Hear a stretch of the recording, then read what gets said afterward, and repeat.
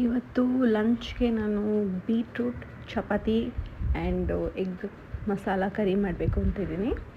So ಬೀಟ್ರೂಟ್ನ ರುಬ್ಬಿ ಅದನ್ನ ಚಪಾತಿ ಹಿಟ್ಟಿಗೆ ಹಾಕಿ ಮಿಕ್ಸ್ ಮಾಡ್ಕೊಂಡಿದ್ದೀನಿ. ಇದು ನಾನು ರೆಗ್ಯುಲರಾಗಿ ಮಾಡೋ ಎಗ್ ಗ್ರೇವಿ ರೆಸಿಪಿ. ಇದು ತುಂಬ ಸಿಂಪಲ್ ಆ್ಯಂಡ್ ವೆರಿ ಈಸಿ, ಫಾಸ್ಟಾಗಿ ಮಾಡ್ಕೊಬೋದು.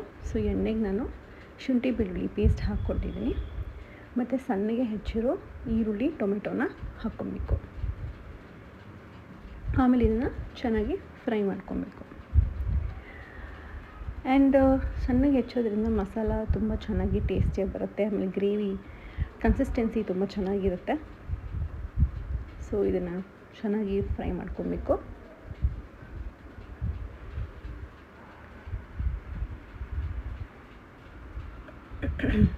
ನನ್ನ ಹತ್ರ ಈಗ ಟ್ರೈಪಾಡ್ ಇಲ್ಲ, ಸೊ ಅದಕ್ಕೆ ಒಂದು ಸೆಟಪ್ ಮಾಡಿ ತೋರಿಸ್ತಾ ಇದ್ದೀನಿ ನಿಮಗೆ. ಚಪಾತಿನ ಲಟ್ಟಿಸ್ಕೊತಾ ಇದ್ದೀನಿ ಈಗ. ನೋಡಿ ಕಲರ್ ಎಷ್ಟು ಚೆನ್ನಾಗಿದೆ, ಪಿಂಕ್ ಕಲರ್ ಚಪಾತಿ. ಸೊ ಇದು ತುಂಬ ಕ್ಯೂಟಾಗಿದೆ ಕಲರು. ಇದು ಫಸ್ಟ್ ಟೈಮ್ ಆ್ಯಕ್ಚುಲಿ ನಾನು ಬೀಟ್ರೂಟ್ ಚಪಾತಿ ಟ್ರೈ ಮಾಡ್ತಿರೋದು. ನೋಡೋಣ ಹೇಗೆ ಬರುತ್ತೆ ಅಂತ. ಸೊ ಇದನ್ನು ಲಟ್ಟಿಸ್ತಾ ಒಳ್ಳೆ ಪಿಂಕ್ ಕಲರ್ ಬರ್ತಾಯಿದೆ. ಆ್ಯಕ್ಚುಲಿ ಈ ಚಪಾತಿ ಮಾಡಿದ್ಮೇಲೆ ತುಂಬ ಸಾಫ್ಟಾಗಿ ಬಂದಿತ್ತು. ಯಾಕಂದರೆ ಅದು ಏನು ಗೊತ್ತಿಲ್ಲ, ಬೀಟ್ರೂಟ್ ಹಾಕೋದ್ರಿಂದನೇ ಏನು ಅಂತ ತುಂಬ ಚೆನ್ನಾಗಿ ಸಾಫ್ಟಾಗಿ ಬಂದಿತ್ತು ಚಪಾತಿ. ಖಂಡಿತ ಟ್ರೈ ಮಾಡಿ ಇದನ್ನು. ಸೊ ನೆಕ್ಸ್ಟ್ ಟೈಮ್ ಒಳ್ಳೆ ಕರೆಕ್ಟಾಗಿ ಕ್ಯಾಮ್ರಾ ಫಿಕ್ಸ್ ಮಾಡಿ ತೋರಿಸ್ತೀನಿ ನಿಮಗೆ, ಕರೆಕ್ಟ್ ಆ್ಯಂಗಲಲ್ಲಿ. ಸೊ ಸದ್ಯಕ್ಕೆ ಈ ಥರ ತೋರಿಸ್ತಾ ಇದ್ದೀನಿ. ಸೊ ಈಸಿಯಾಗೆ ಅಲ್ಲ, ಸೇಮ್ ನಾರ್ಮಲ್ ಚಪಾತಿ ಅದಕ್ಕೆ ಮಾಡ್ಕೊಬೇಕು. ಈಗ ಇದನ್ನು ಫ್ರೈ ಮಾಡ್ಕೊಳ್ಳೋಣ.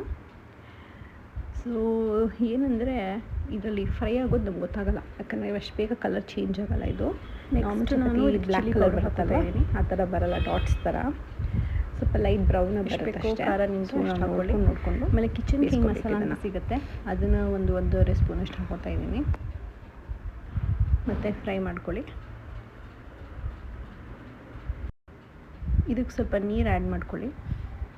ನಿಮಗೆ ಎಷ್ಟು ಥಿಕ್ನೆಸ್ ಬೇಕೋ ಅಷ್ಟು ನೀರು ಹಾಕ್ಕೊಳ್ಳಿ.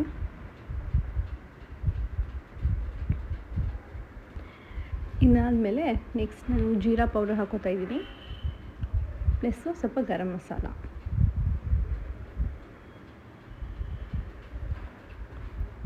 ಚೆನ್ನಾಗಿ ಫ್ರೈ ಮಾಡ್ಕೊಳ್ಳೋಣ. ಈಗ ಚೆನ್ನಾಗಿ ವಾಟರ್ ಆ್ಯಡ್ ಮಾಡ್ಕೊಳ್ಳಿ, ಎಷ್ಟು ಬೇಕೋ ಅಷ್ಟು.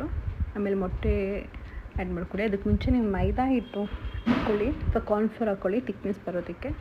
ಈಗ ನಾನು ಒಂದು 10 ಎಗ್ಸ್ ಆ್ಯಡ್ ಮಾಡಿದ್ದೀನಿ ಇದರಲ್ಲಿ. ನಿಮ್ಗೆ ಎಷ್ಟು ಜನ ಬೇಕೋ ಅಷ್ಟು ಜನಕ್ಕೆ ಹಾಕ್ಕೊಬೋದು ನೀವು. ಈಗ ಪ್ಯಾಕ್ ಮಾಡಿಬಿಡೋಣ. ಸೊ ಹಸ್ಬೆಂಡ್ ಲಂಚ್ ಕಳಿಸ್ತಾ ಇದ್ದೀನಿ. ಸೊ ಬೀಟ್ರೂಟ್ ಚಪಾತಿ ರೆಡಿಯಾಗಿದೆ, ಅದನ್ನು ಬಾಕ್ಸ್ಗೆ ಹಾಕ್ತಾಯಿದ್ದೀನಿ.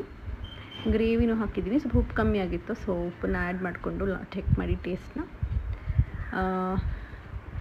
ಇದನ್ನು ಪ್ಯಾಕ್ ಆಯಿತು. ಈಗ ನಾನು ಟೇಸ್ಟ್ ಮಾಡ್ತಾಯಿದ್ದೀನಿ. ತುಂಬ ಚೆನ್ನಾಗಿ ಸಾಫ್ಟಾಗಿ ಬಂದಿತ್ತು ಬೀಟ್ರೂಟ್ ಚಪಾತಿ. ನಿಮ್ಗೆ ಗೊತ್ತಾಗೋದೇ ಇಲ್ಲ ಇದು ಬೀಟ್ರೂಟ್ ಅಂತ. ತುಂಬ ಟೇಸ್ಟಿಯಾಗಿತ್ತು, ನೀವು ಹಾಗೆ ತಿನ್ಬೋದು, ಅಷ್ಟು ಚೆನ್ನಾಗಿದೆ ಈ ಚಪಾತಿ. ಸ್ವಲ್ಪ ಉಪ್ಪು ಆ್ಯಡ್ ಮಾಡಿದರೆ ನೀವು ಹಾಗೆ ತಿನ್ಬೋದು. ಒಂದು ಆನಿಯನ್ ಸೈಡಲ್ಲಿ ಇಟ್ಕೊಂಡು ತಿಂದರೆ ತುಂಬ ಚೆನ್ನಾಗಿರುತ್ತೆ. ಪ್ಲಸ್ ಆನಿಯನ್ ನಿಮ್ಗೆ ತುಂಬ ಒಳ್ಳೆಯದು ಡೈಜೆಷನ್ಗೆ. ಸೊ ಎಗ್ ಗ್ರೇವಿ ತುಂಬ ಚೆನ್ನಾಗಿತ್ತು. ಸಿಂಪಲ್ಲಾಗಿ ಈ ಥರ ಮಾಡಿಕೊಂಡು ತಿನ್ಬೋದು ನೀವು. ಲಂಚ್ ಬಾಕ್ಸ್ ರೆಸಿಪೀಸಲ್ಲಿ ಇದೊಂದು ಬೆಸ್ಟ್ ರೆಸಿಪಿ. ನಿಮಗೆ ಪ್ರೋಟೀನ್ ಇದೆ ಇದರಲ್ಲಿ, ಆಮೇಲೆ ಬೀಟ್ರೂಟ್ ಹಾಕಿರೋದ್ರಿಂದ ಫೈಬರ್ ಇದೆ. ಸೊ ಒಳ್ಳೆ ಕಾರ್ಬ್ ಇದೆ ಗೋಧಿ ಹಿಟ್ಟು ಹಾಕಿರೋದ್ರಿಂದ. ಸೊ ನಿಮಗೆ ಒಂದು ಕಂಪ್ಲೀಟ್ ಮೀಲ್ ಅಂತ ಹೇಳ್ಬೋದು. ಇದನ್ನು ಟ್ರೈ ಮಾಡಿ ನೋಡಿ, ತುಂಬ ಚೆನ್ನಾಗಿದೆ.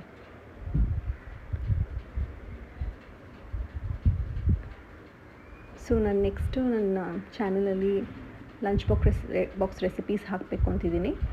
ಯಾವುದು ನೆಕ್ಸ್ಟ್ ರೆಸಿಪಿ ಟ್ರೈ ಮಾಡಬೇಕು ಕಮೆಂಟ್ ಮಾಡಿ. Thank you.